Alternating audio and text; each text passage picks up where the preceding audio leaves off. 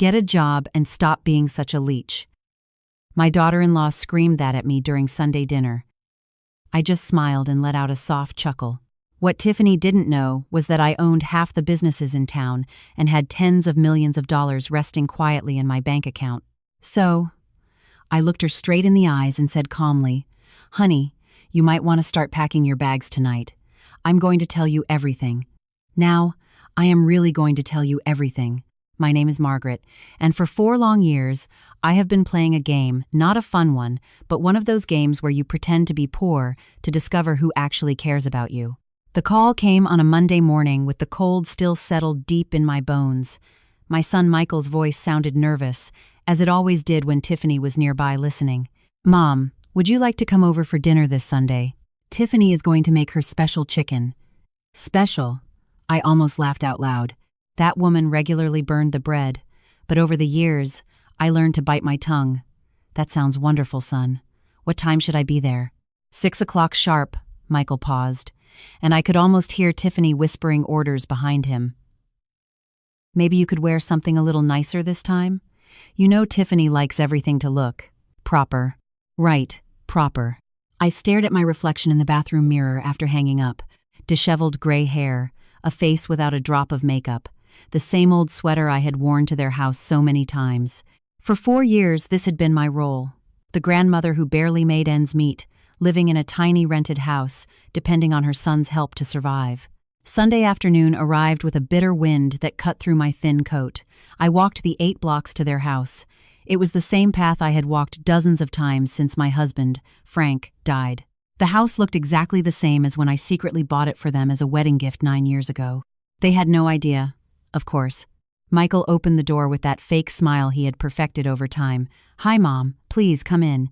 He gave me a quick hug, one of those that feels more like fulfilling an obligation than a gesture of love. At 36, my son had turned into someone I barely recognized.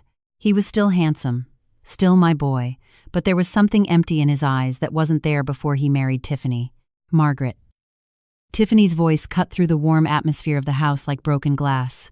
She walked out of the kitchen with her red hair perfectly curled, wearing a dress that surely cost more than what many people spend on groceries for an entire month. At 31, she had that kind of beauty that demands attention, even when she hasn't done anything to deserve it. "Hello, Tiffany. Thank you for inviting me." She looked me up and down as if she had stepped on something unpleasant. "Sure, it's a family dinner, after all." The dining room table was set with her fine china, the kind they only brought out for people who actually mattered. I noticed immediately that while Michael and Tiffany had matching settings, my place at the table was different. Chipped plates, a cracked glass, a bent spoon, small things that told me exactly what Tiffany thought of me. "Mom, sit over there," Michael said, pointing to the chair at the farthest end of the table, as far away from the two of them as possible. I sat down without saying a word, clasping my hands together as Tiffany brought out the chicken with exaggerated drama. "I hope you like it," she said, though her tone made it clear she didn't care at all if I liked it or not. "It's my grandmother's secret recipe." I took a bite. It was dry, flavorless, and clearly overcooked. "It's delicious," I lied. The conversation stumbled along for the first 20 minutes. Michael talked about his job at the insurance firm, careful not to mention that he had been passed over for another promotion.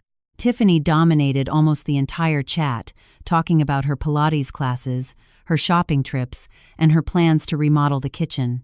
"We're thinking about changing the cabinets," she announced, cutting the chicken into tiny little pieces. "Something more modern. What we have now looks so outdated." I remembered helping them choose those cabinets when they moved in. Tiffany had loved them. Back then she said they were perfect, but that was before she decided that everything in her life needed an upgrade. "Sounds expensive," I said quietly. Tiffany's eyes flashed with anger. "Well, there are people who care about having nice homes, people who understand that you have to spend money on quality things." The insult was clear. I wasn't nice, nor quality, nor did I deserve money spent on me. I took another bite of the horrible chicken and stayed silent. "Actually, Mom," Michael started, and I could hear that he didn't want to say what was coming next. "We need to talk to you about something." I put down my fork and waited.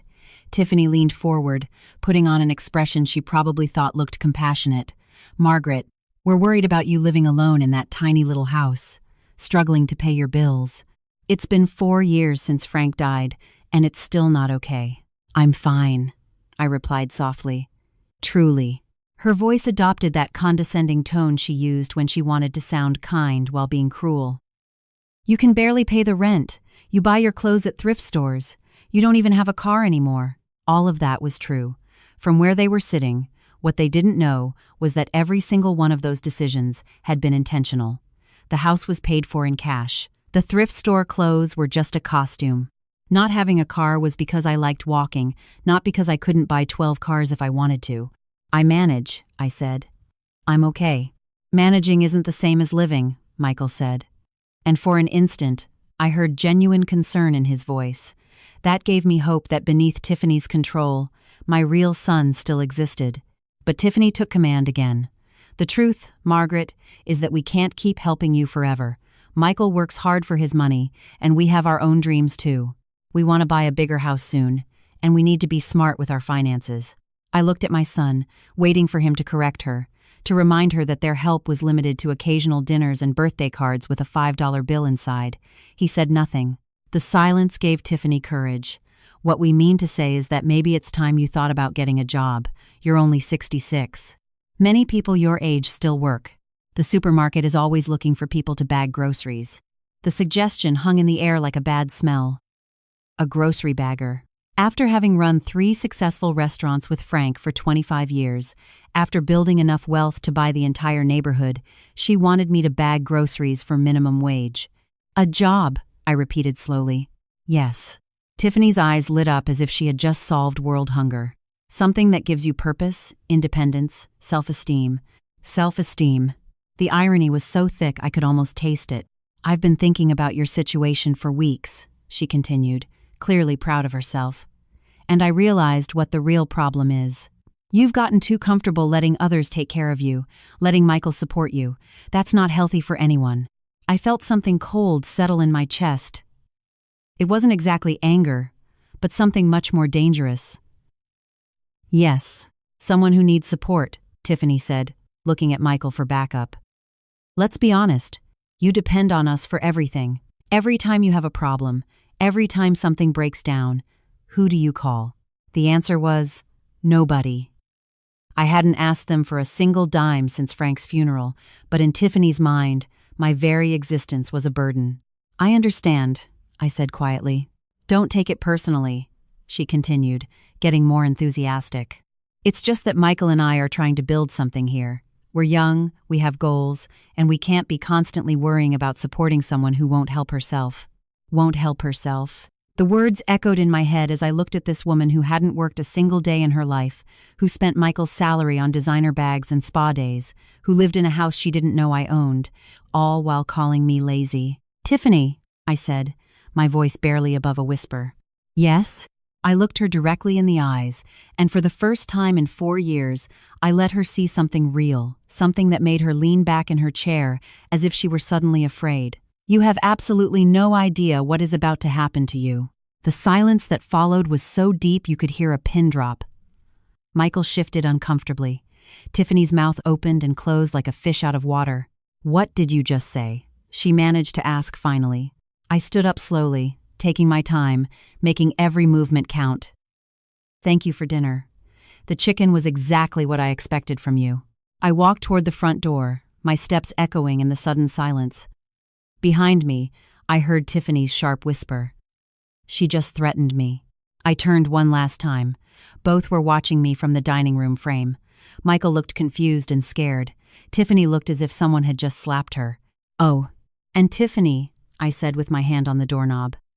About that job advice you gave me. What about it? She asked, her voice slightly trembling. I smiled. But it wasn't a kind smile. You might want to start looking for one yourself. Very soon. It took 5 days before Michael called. I was waiting for him. Naturally, Tiffany wouldn't have let him sleep without getting answers about my strange behavior at dinner. I was in my small house, sitting by the window with my morning coffee when the phone rang. Mom. His voice was careful, as if talking to someone who might be crazy. Can we talk, please? Of course, honey. Do you want to come over? There was a long pause. In 4 years, Michael hadn't visited my house a single time. He had offered to help me move, and I told him no. He had mentioned stopping by for coffee, but Tiffany always had some excuse. Now, faced with the idea of seeing how his mother actually lived, he sounded unsure. Yeah, okay, I'll be there in an hour. I spent the next 60 minutes preparing for the most important conversation I'd had with my son in years. I brewed his favorite coffee, the expensive kind I kept hidden at the back of the cabinet. I put away the financial papers I had been reviewing.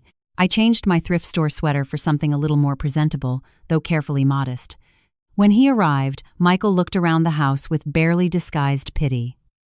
2 bedrooms, a tiny kitchen, furniture that looked like it came from a garage sale. Some of it actually was. The rest I had bought specifically to look poor. Mom, this place is. He searched for the words. Small.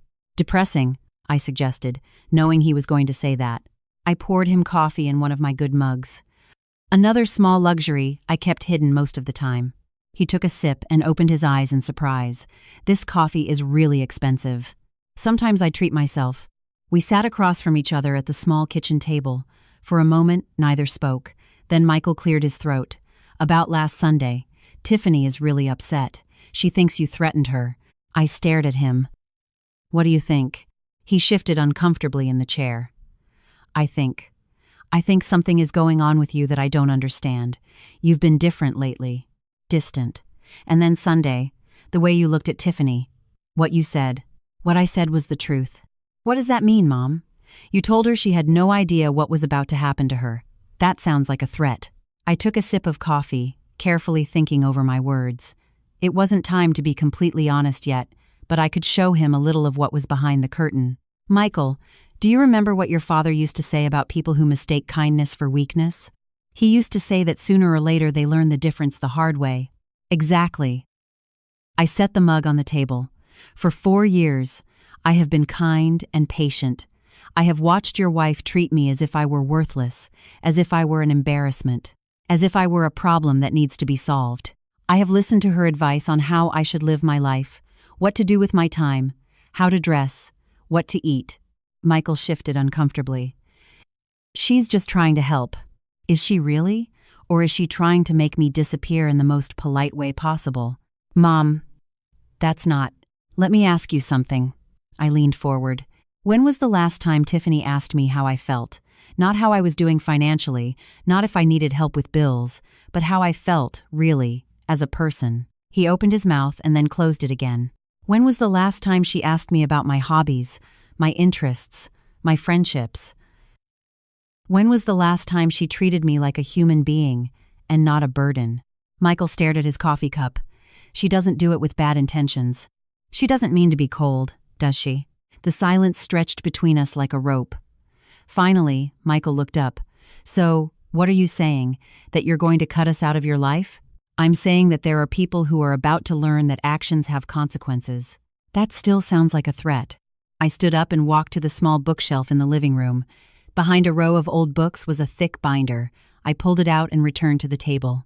Michael, I said, opening the binder, there is something I need to tell you about your mother. Inside were bank statements, investment records, property deeds, documents I kept hidden for 4 years waiting for exactly this moment. His eyes went wide as he began to understand what he was seeing. Mom, what is all this? This is who I really am. I watched his face as he turned page after page. Bank balances with figures he had never imagined, investment accounts in the millions, deeds to houses, office buildings, plots of land in 4 different states. I don't understand, he whispered. Your father and I were very successful, Michael. Much more than we told anyone. When he died, I inherited everything. I'm worth somewhere around $10 million. He looked at me as if I had just told him I came from another planet. But you live here, in this little house. You shop at garage sales. You don't even have a car. By choice, honey. All by choice. Why? I closed the binder and looked at my son, this man I raised and loved, and whom I saw fade little by little under his wife's influence. Because I needed to know who was going to love me when they thought I had nothing to offer them. The words hit him like a punch to the gut. I saw the realization light up in his eyes as he figured out what the last 4 years had actually been. You were testing us. I was protecting myself. From what? From people like your wife. Michael's hands were shaking when he set the mug on the table. "Mom, this is crazy. You let us think you were poor. You let Tiffany think." "I let Tiffany show me exactly who she is, and she did it over and over again for 4 years. But I'm your son." "Yes, you are. And I needed to know if you were still my son, or if you had turned into something else entirely." He flinched as if I had slapped him. "That's not fair, isn't it? When was the last time you called me just to talk? When was the last time you invited me somewhere without Tiffany ordering you to? When was the last time you defended me when she was cruel?" Every question was like a knife, and I could see them hitting the mark. Never. I didn't realize. I didn't think she was that bad. Or you chose not to see it because it was easier that way. We sat in silence for a long time. Finally, Michael spoke, his voice barely audible. "What happens now?" I leaned back in the chair, studying his face. My son, with his father's kind eyes and soft heart, at least until he met Tiffany. My son, the one who used to bring me dandelions when he was 6 and tell me I was the prettiest mom in the world. My son turned into the man who let his wife humiliate his mother without saying a single word. "Now," I said quietly, "we find out if you're still in time to remember who you were." "And Tiffany?" I smiled, knowing it wasn't a kind expression. "Tiffany is about to discover that some people aren't as helpless as they seem." "Mom, what are you planning?" "Justice," I said simply. "Justice, which is long overdue." Michael stood up abruptly and walked to the window. "This is crazy. You can't just—" "What? Punish her for 4 years of marriage problems?" "4 years of calculated cruelty," I corrected. 4 years of treating me like trash while living in a house you only have thanks to the connections your father and I built over 25 years. That stopped him cold. "What do you mean? Did you think that job at the insurance agency fell from the sky? Your father made 3 calls to get you that interview. We have been helping behind the scenes your entire adult life." His face went pale. "How much of my life has been a lie?" "Nothing was a lie, honey. But some things were. Protected." I stood up and walked over, placing a gentle hand on his arm. "I love you, Michael. I have loved you since before you were born. But loving doesn't mean accepting abuse, not even from family." He turned to me, and for an instant, I saw the boy he used to be. "What should I do?" "That depends on you. But I want you to think about something." "What?" "In 4 years of marriage, did Tiffany ever encourage you to spend time with me? Did she ever suggest that maybe I could offer you something valuable other than money?" He opened his mouth to answer and closed it again. "I thought so." I squeezed his arm gently. "Big changes are coming, honey. When they happen, you're going to have to decide whose side you want to be on." "Is that a threat?" "It's a promise," I said. "And unlike some people in your life, I always keep my promises." I gave them a week to think about what I had told Michael. A week for him to go home, look at his wife with new eyes, and decide what kind of man he wanted to be. A week for Tiffany to wonder exactly what my words at the table meant. The call came on a Thursday morning. Tiffany's voice, sharp and demanding, broke the peaceful quiet of my house. "Margaret, we need to talk right now." "Good morning to you too, Tiffany." "Don't play games with me. Michael told me about your little money show." I smiled, settling into my favorite armchair with coffee in hand. "Ah, yes. And I want to know what kind of sick game you've been playing with us." "What kind of game do you think I've been playing?" Her voice grew shrill. "You let us think you were poor. There you were, letting me worry about you, letting me try to help you, and all this time you were secretly rich. Letting her worry about me, letting her try to help me." The rewriting of history was impressive. Even for Tiffany. "I see. And exactly how did you help me, dear?" We invited you to dinner. We included you in family things." "You mean the dinners where you gave me broken plates and told me to get a job bagging groceries?" Silence. "So, you're coming over tonight. We're going to settle this once and for all." "Ah, yes, at 7. And Margaret, you owe us an explanation." The line went dead. I put the phone down and finished my coffee, thinking about the conversation to come. Then I went to my bedroom closet and pushed aside the thrift store cardigans and cheap dresses. In the back, wrapped in plastic covers, hung the clothes I used to wear, the clothes that showed who I really was. I chose a navy blue dress, elegant, but not showy. Real jewelry, not costume pieces. Shoes that cost more than what Tiffany spent on her hair in a month. When I looked in the mirror, I saw a woman who could buy and sell everything Tiffany had ever touched in her life without checking her bank balance first. It was time to stop hiding. I arrived at their house at exactly 7, the same house I bought for them 9 years ago, though they never knew. The same house whose payments I had been quietly covering through a management company, letting them believe Michael's salary covered everything. Michael opened the door, and his eyes went wide when he saw me. "Mom, you look different, like yourself," he said quietly. "How you looked when Dad was alive." Tiffany appeared behind him, and her expression was pure poison. She had dressed for war, too, a designer outfit that probably cost more than most people's car payments. But next to the calm of real wealth, her attempt to look important seemed like a child playing dress-up. Well, she said, looking me up and down. "The poor widow sure had a secret wardrobe, among other things." "That's right," I replied calmly. We moved into the living room, the same living room I helped them decorate when they first moved in. I sat on the sofa I helped choose, in the house I bought, surrounded by the life I made possible for them. "Well," Tiffany said, positioning herself like a lawyer about to present her case, "let's hear it. The whole truth. What do you want to know? How much money do you actually have? Why did you lie to us? What kind of person pretends to be poor for 4 years?" I folded my hands in my lap and looked at her calmly. "The kind of person who wants to know who their real friends are. Friends." Tiffany's laugh was sharp and bitter. "I'm your daughter-in-law, not your friend. Family doesn't lie to family." "No? Then maybe you might want to explain why you told the mailman that I was becoming forgetful and that I might need a nursing home soon." Tiffany's face went white. Michael turned to look at her, stunned. "I never said that. You told the lady next door that I was showing signs of memory loss. You suggested to the grocery clerk that I might soon need someone to make decisions for me. You've been building a story about my mental decline for months." That's not," she stammered. "Or wasn't that something you expected me to find out?" Michael's voice was barely a whisper. "Tiffany, is it true?" She spun toward him, eyes blazing. "I was worried. She was acting weird, saying weird things, dressing like she was homeless. I thought maybe she was losing her mind. Or," I said softly, "you were preparing the ground to have me declared incompetent so you could access what you thought was Frank's life insurance money." The accusation hung in the air like a sword. Tiffany's mouth opened and closed without making a sound. "That is crazy," she managed to say finally. "Why would I do something like that?" I reached into my bag and pulled out a manila envelope. "Because 2 months ago, you called a lawyer who specializes in elder care. You asked about the process for taking control of an elderly relative's finances when they are no longer mentally capable." Michael stood up abruptly. "What?" I opened the envelope and pulled out printed emails, call logs, consultation notes.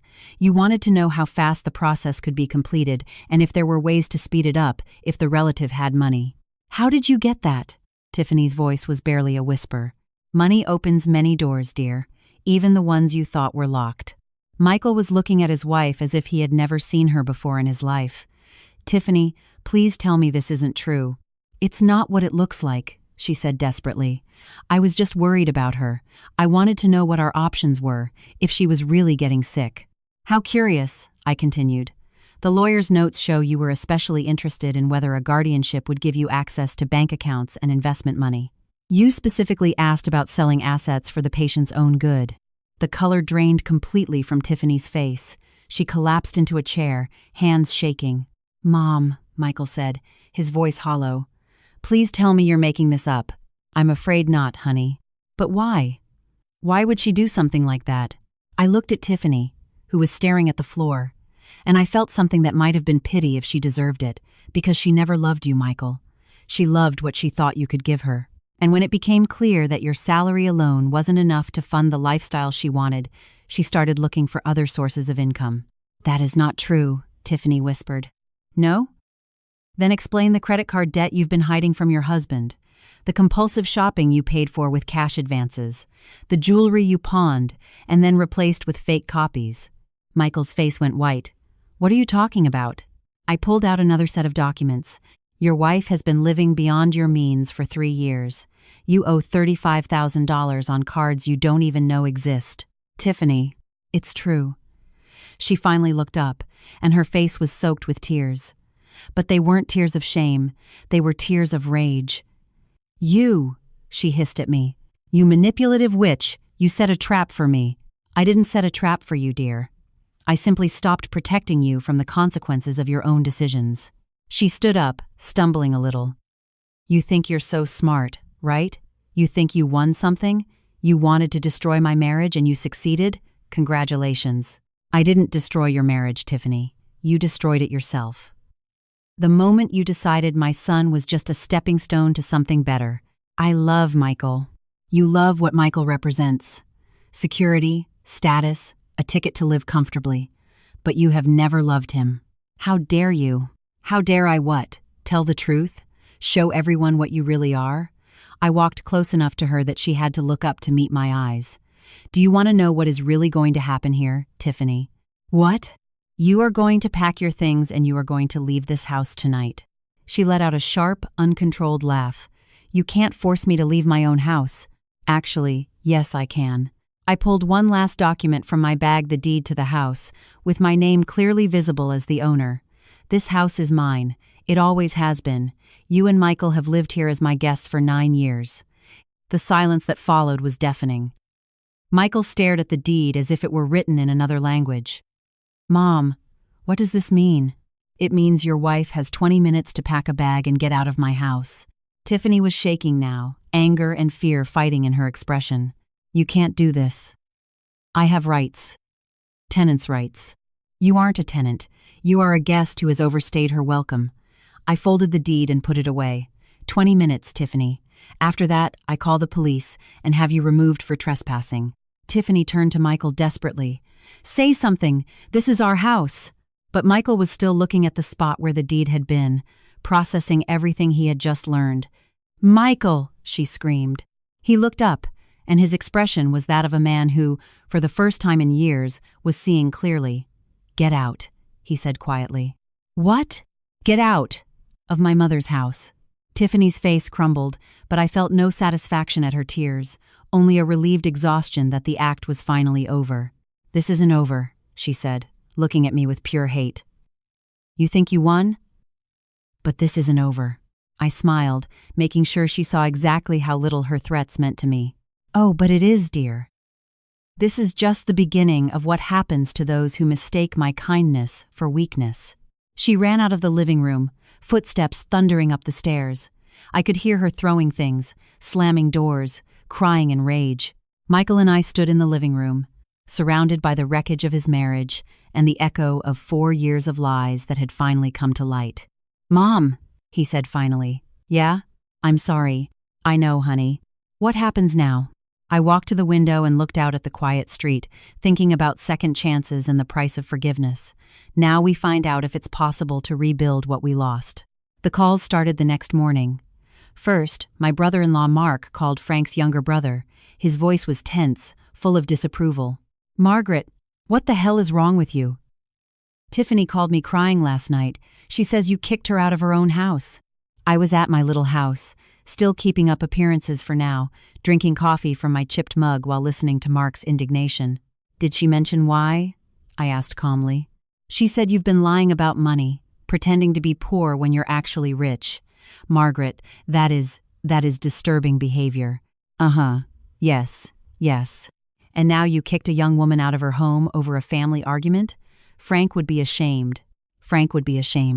The words hurt because there was a time when Mark's opinion mattered to me. He had been like a brother during the early years of my marriage, before Tiffany poisoned that relationship too. "Mark, did Tiffany mention the lawyer she contacted to have me declared mentally incompetent, or the $35,000 of secret debt she racked up?" "What are you talking about?" "Ask her when you finish feeling sorry for her. Ask her the real reason she wanted access to my finances." I hung up before he could respond. The phone rang again immediately. Frank's sister, Linda. Same indignation, same accusations, same willful blindness to what Tiffany really was. By noon, I had received calls from 8 relatives, all repeating the same story. Poor Tiffany, innocent victim of a vindictive mother-in-law who went crazy with grief. I listened to each one. I took mental notes of who called and said very little in my defense. I let them show their true colors, reveal how quickly they turned against family when told a sad story by a manipulative stranger. The most disturbing call came from my nephew Tyler, Mark's son, whom I had helped finish community college 3 years earlier. "Aunt Margaret," he said with a careful professional voice, "I've been speaking with some people about your situation, about your behavior lately. The family is concerned that you might be showing signs of dementia or some other mental decline." I set the cup down with extreme care. Who exactly has been talking about my mental state? Well, Tiffany mentioned some incidents. Strange behavior, paranoid ideas, serious accusations against the family, and now this thing about kicking her out. Tyler, let me ask you something. Do you remember who paid for your last year at community college? It's Nauta. What does that have to do with anything? Humor me. Mom and Dad helped, and I had loans. Your parents contributed $2,000. I paid the other $10,000. Silence. I also paid for your sister's wedding, your mom's surgery that insurance didn't cover, and the down payment on your first apartment. You know all that perfectly well, Aunt Margaret. Then when you talk about my mental decline, maybe you might want to consider if someone with dementia would remember those details with such clarity. He hung up without another word. The pattern was already evident. Tiffany hadn't disappeared quietly. She had launched a campaign painting herself as the victim of an unstable older woman who suddenly snapped. And like poison spreading in water, her version began to infect the entire family network. 3 days later, Michael called. His voice sounded tense, exhausted. "Mom, can we meet? We have to talk." "Sure." "Where?" "Not at the house. Tiffany has been calling everyone. The family is a mess." We met at a small restaurant downtown, a quiet place where two people could have a difficult conversation without being overheard. Michael looked like he hadn't slept in days. Red eyes, wrinkled clothes, his usually neat hair a mess. "She is destroying me," he said bluntly. "What do you mean?" "Tiffany isn't just telling her version of what happened. She is inventing complete lies." It didn't surprise me, but I waited for him to continue. "She told my boss that you have dementia and that I have been distracted at work, worried about your mental health. She suggested that maybe they should consider if my performance has been affected." The calculated cruelty took my breath away. It wasn't enough to destroy her own mask. Now she wanted to sabotage Michael's career. "What did your boss say?" He was sympathetic. He suggested that maybe I should ask for family medical leave, take some time to attend to health problems in the family. "And what did you tell him?" "What could I say? That my wife is a liar who tried to have you declared incompetent to steal your money? That I have been living in a house you own without knowing it? That my entire adult life was built on things I never understood?" His voice rose in volume, attracting looks from other customers. I reached out and touched his hand. "Lower your voice, honey." He let out a bitter laugh. "She has been 2 steps ahead the whole time. By the time I understood what she was doing, she had already turned half the family against you and left me looking like a liar or a fool at work. What else? She is living with her sister now, crying to anyone who will listen, that you manipulated our marriage, that you set traps for her, that you are dangerous and unstable." I took a sip of coffee, thinking that Tiffany was smarter than I had given her credit for. She turned her humiliation into a weapon, her exposure into martyrdom. "There's more," Michael continued. "She spoke to a lawyer." "About what?" "About the house. She is saying she has rights as a tenant, that you can't kick her out without formal notice. She is also saying that you forced her to leave under threat." "And what did the lawyer tell her?" "That she has no case." "But here is the problem, Mom. She isn't trying to win. She is trying to make our lives miserable." I nodded. It was exactly what I expected from someone like Tiffany the moment she understood she had lost everything. "Show me." "What?" "Show me what she is telling people. I want to see exactly what we are dealing with." Michael pulled out his phone and opened her social media. The posts were masterfully crafted, each designed to provoke maximum pity without losing credibility. "Going through a difficult time with family, sometimes the people you trust most are the ones who hurt you the most. Please keep me in your prayers.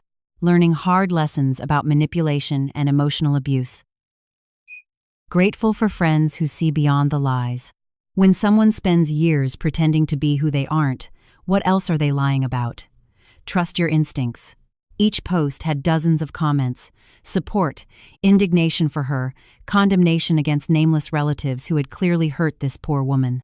"She's good," I admitted. She's evil. No, she's desperate. And desperate people make mistakes.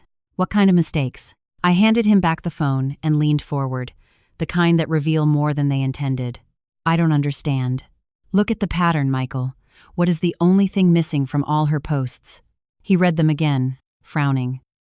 I don't see it. She never, not once, says she loves you. Not once. She talks about betrayal, manipulation, lies. But she never says she hurts losing her marriage. She never says she misses her husband. The idea hit him like a physical blow, because she never did. Exactly. This isn't pain, honey. It's rage at being caught.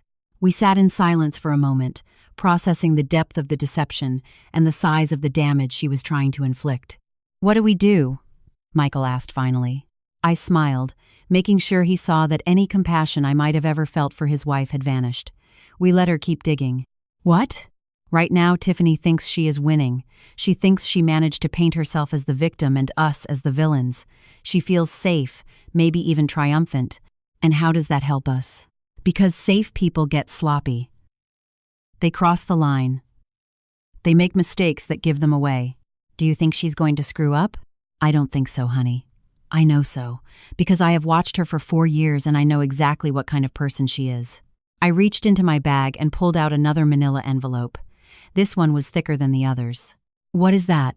Insurance. What kind of insurance? The kind that proves everything I have told you about your wife's true nature. Michael's eyes widened. What do you mean?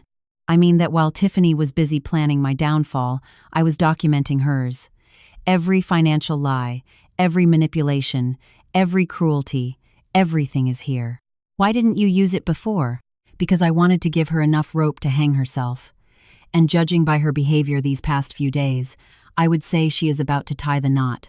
Mom, what are you planning?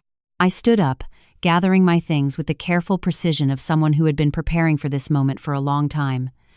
Justice, honey. Pure, simple justice. And what does that look like? I looked at my son, this man I raised and loved and almost watched lose himself to a woman who never deserved him. It looks like the truth. All of it.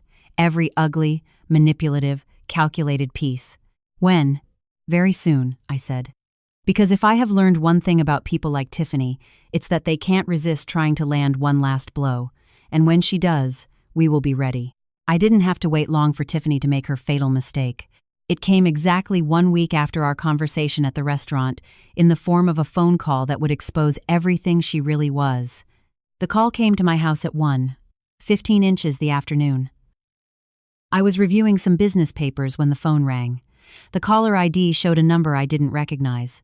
Mrs. Margaret, this is Detective Miller from the District Attorney's office. My blood ran cold. Yes, sir? I need to ask you some questions about a report that was filed against you. Allegations of elder abuse and financial exploitation? I set my papers down with extreme care. Excuse me? What? A young woman named Tiffany Roach filed a complaint alleging that you have been a victim of systematic financial abuse by your family and that those same family members are now retaliating against her for trying to help you. The audacity was impressive, even for Tiffany. This crossed a line I didn't expect her to cross. Detective Miller. I think there is a confusion. Ma'am, could you come down to the station? We want to hear your side. Of course. I'll be there in less than an hour. I hung up and immediately called my lawyer, Patricia, a woman who had handled my legal affairs since Frank died. Patricia, I need you to accompany me to the police station right now. What happened?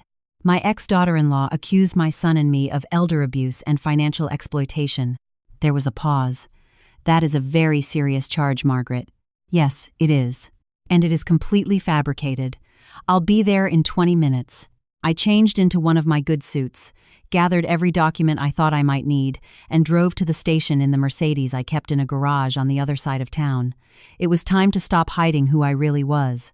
Detective Miller was a man in his 50s, with tired eyes and a direct attitude.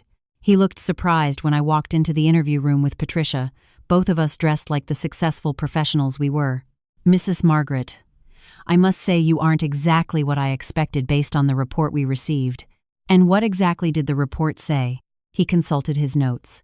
According to Mrs. Tiffany Roach, you are a vulnerable senior citizen who has been financially abused systematically by your son and his wife. She claims they have stolen from you, that they control your access to money, and that they force you to live in poverty. I looked at Patricia, and she barely nodded. She also claims that when she tried to help you, your son became violent and threatening, and that they turned you against her through manipulation and possibly mental abuse. I see. And what evidence did she provide to support these claims? She provided photos of your house which, according to her, demonstrate the poor conditions you are forced to live in. She also provided what she says are financial documents showing problems with your accounts. Detective Miller pulled out a folder and showed me printed photographs of my little house. Images taken through the windows, showing the modest furniture, the tiny kitchen, the appearance of poverty I had cultivated so carefully. She also handed over these, he said, pulling out photocopies of bank statements showing my checking account, the one I used for daily expenses. The balance was consistently low, rarely more than a few $100s. Detective, I said calmly, may I ask when these photos were taken? She says within the last month. And how did she obtain them? She says she was worried about your well-being and wanted to document your living conditions. So she was spying on me. Detective Miller looked uncomfortable. She described it as wellness checks. Patricia leaned forward. Detective, has anyone bothered to verify any of Miss Tiffany Roach's claims? We are in the process of investigating. Good, I said, reaching into my bag, because I have some documents that might interest you. I placed my real bank statements on the table, the ones showing my true financial situation. Detective Miller's eyes widened as he processed the numbers. Mrs. Margaret, these show assets of approximately $10 million. Yes. But the statements Miss Tiffany provided show only one account, my household expense account. I maintain several accounts for different purposes. Patricia pulled out additional documents. Detective, my client is a wealthy widow who chose to live modestly for personal reasons. She has never been financially abused and certainly has never been controlled by her son. Then why would Miss Tiffany make these accusations? I smiled coldly. Because she was the one who attempted financial exploitation, and when she was discovered, she decided to try one last desperate move. I pulled out the envelope I had shown Michael at the restaurant, the one containing evidence of Tiffany's real activities. These documents show that Miss Tiffany Roach contacted an elder law attorney to inquire about obtaining guardianship over me.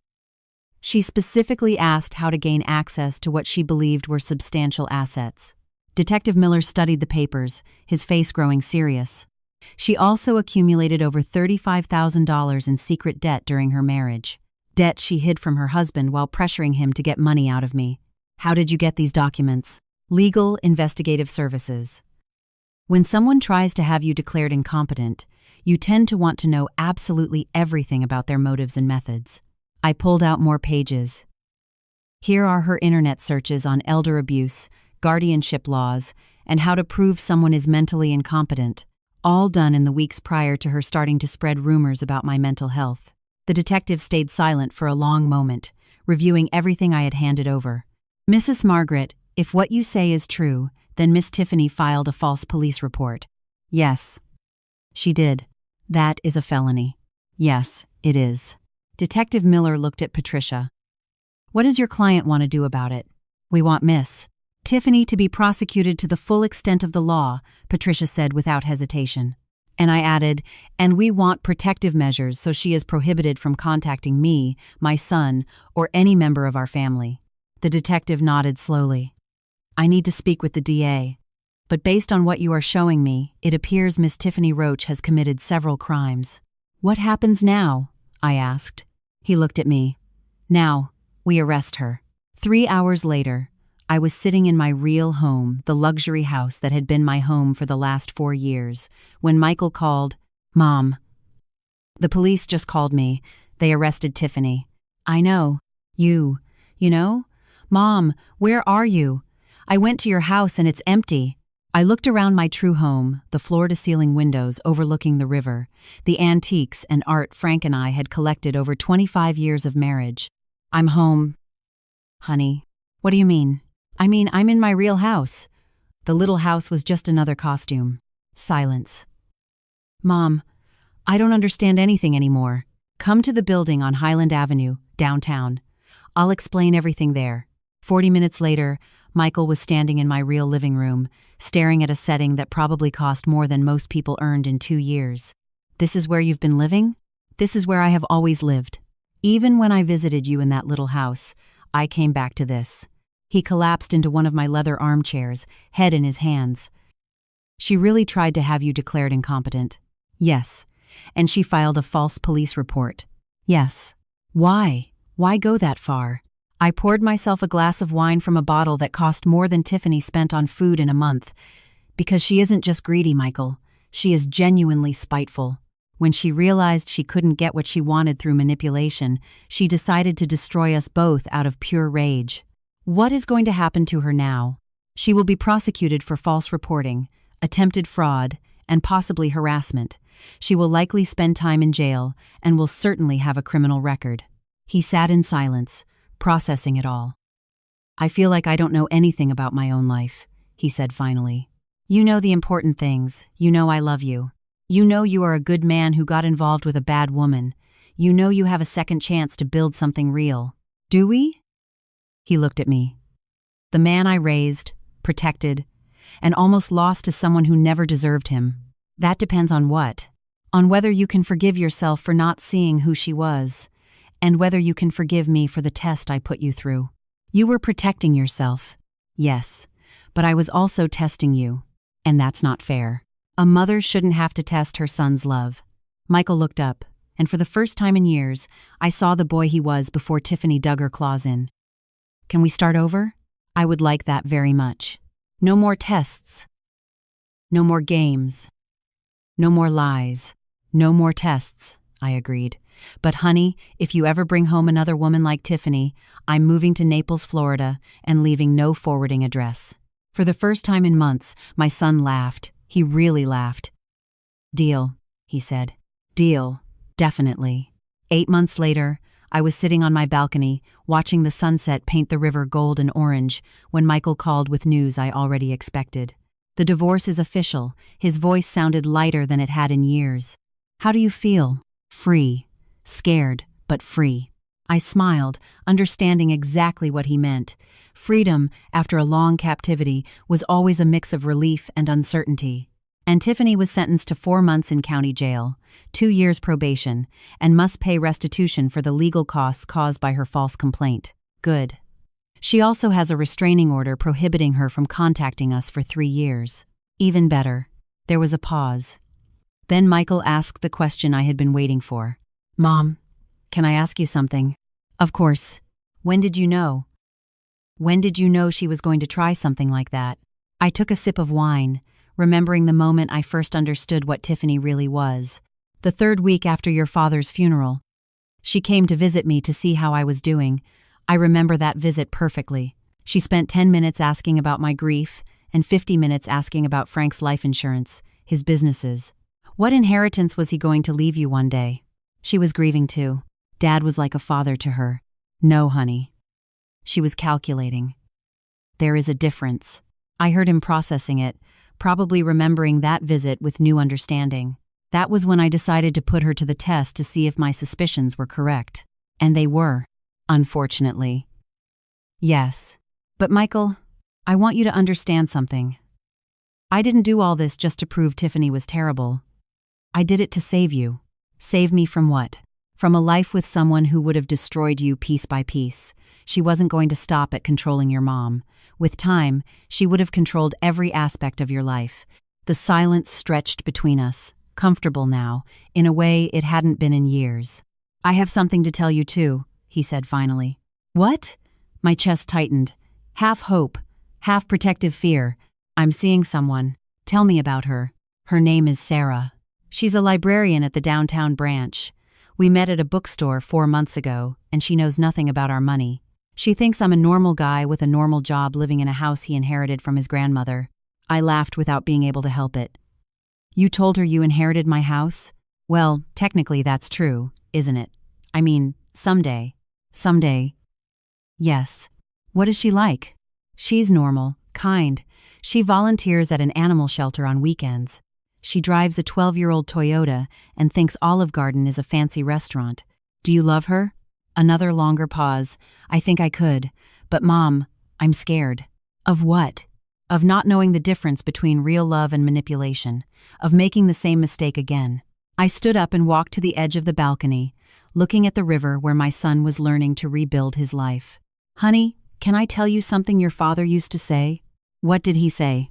That the difference between love and manipulation is that love makes you feel like the best version of yourself, while manipulation makes you feel like you are never enough. I like that. And Sarah, how does she make you feel? Like I felt before, like I am enough just as I am. Then trust that. And trust yourself. You aren't the same man who fell for Tiffany's games. You are wiser now. I hope so. I know so. But Mom, yeah, when I'm ready, I'd like you to meet her. Really? Really. And this time, I promised, I'm going to be me from the beginning. No tests, no disguises, no games. Maybe she'll be intimidated by all this. I heard him as if pointing at my house.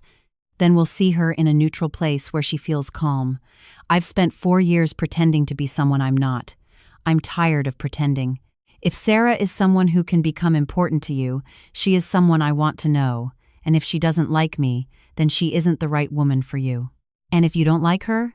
I smiled, remembering my promise to move to Florida. Then I keep my opinions to myself unless you ask for them. Mom. Yes? Thank you. For what? For saving me. Even when I didn't know I needed saving. After hanging up, I stayed on the balcony while the sky darkened and the city lights began to shine below. I thought about the last 4 years, about the elaborate deception I maintained, about the pain of watching my son disappear little by little under his wife's influence. I thought about Frank, who would have handled this differently. He would have confronted Tiffany directly, probably within the first month of noticing her behavior. But Frank never had to wonder if people loved him or for his money. That burden fell to me after his death. My phone vibrated with a message. It was Mark, Frank's brother, the first to call to condemn me when Tiffany launched her campaign of lies. I read it, and without changing it, left it just as it was. Margaret, I owe you an apology. I had lunch with Linda today, and we put together the timeline of what really happened. I am ashamed to have believed Tiffany's lies without even asking for your side. Can we talk? I stared at the message for a long time before replying. Mark, apology accepted. But I think we both learned something important about judging without having all the facts. His reply came quickly. We did. And Margaret, I am proud of you for protecting yourself and Michael. That took incredible strength. More messages arrived in the next hour. Linda, Tyler, even cousins I barely spoke to, all asking for forgiveness, all admitting they had been too quick to believe Tiffany's version. I replied to each one calmly, but I took mental notes of who condemned me and how quickly. Some relationships could be repaired, but they would never be exactly the same. The last message of the night came from an unexpected source. Detective Miller. Mrs. Margaret, thought you would want to know that Tiffany tried to contact you today through the jail phone system. The call was blocked by the protective measures, but wanted you to be aware. I wasn't surprised. Tiffany would never accept a true defeat, even from jail. She was surely planning her next move. But for the first time in 4 years, I wasn't worried about what she might do. I stopped hiding. I stopped pretending to be vulnerable. I reclaimed my power, my voice, and my life. I poured myself another glass of wine and settled into my chair. The next day, I would start the process of selling the house where Michael and Tiffany lived.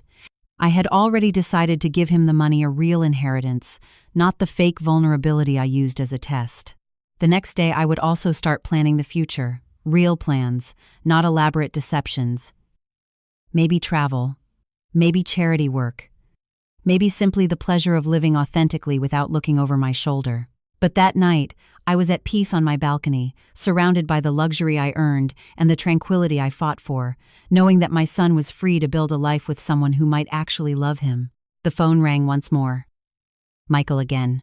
Mom, I forgot to ask you. What are you going to do now with your life? I looked at the river, thinking of all the possibilities. I'm going to live it, I said openly, honestly, unapologetically. I'm going to be exactly who I am. And who are you? I smiled, feeling lighter than I had in years. A woman who survived a test she invented herself and came out stronger on the other side.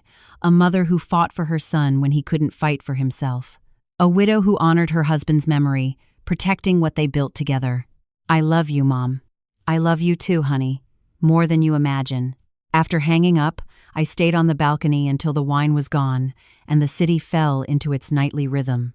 For 4 years I lived in the shadow, testing the people I loved, protecting myself from those who would use me. Now, finally, I was ready to step back into the light. Not as the sad widow who needed protection, not as the vulnerable older woman they could take advantage of, but as Margaret, successful businesswoman, devoted mother, and survivor of one of the most elaborate long-con deceptions I ever conceived. It cost me 4 years of authentic life, several relationships I used to value, and more emotional energy than I want to calculate. But it saved my son. It exposed a dangerous predator, and it taught me that I was stronger than I had imagined. When I finally went to sleep, I saw my reflection in the glass doors. Not the tired, disheveled woman I pretended to be, but me. Well-dressed, confident, unashamed of my success or my decisions. Tomorrow would bring new challenges, new relationships, new choices. But whatever came next, I would face it being myself. And that, after 4 years of pretending, felt like the biggest victory of all. Now I'm curious about you, listening to my story. What would you do if you were in my place?